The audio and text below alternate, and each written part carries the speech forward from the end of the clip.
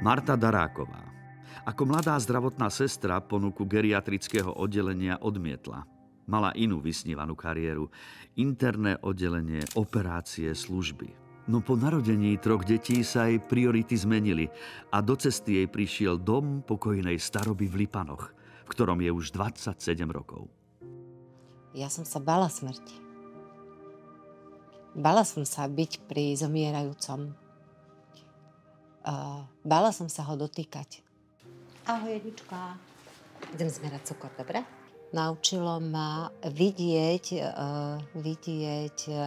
život a tie hodnoty v živote iným pohľadom, inými očami, jak predtým. Dobre. Ahoj. Ahoj.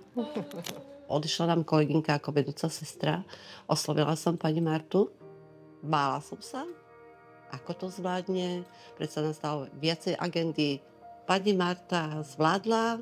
Dúfam, že pôjdeme ďalej, budeme pokračovať ďalej. Keď nám odchádzal nejaký človek, tak my sme aj celú noc stravili s ním. A boli chvíle, že aj na kolenách. V podstate áno, sú to klienti, mali by to byť klienti, lenže pre nás sú to naši starky, to je naša rodina. Tu mala mamku.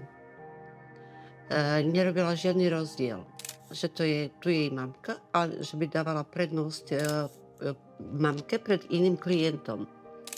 Ja som sa naučila tu aj, že čo vlastne je v živote dôležité a čo vlastne v tom živote chceme.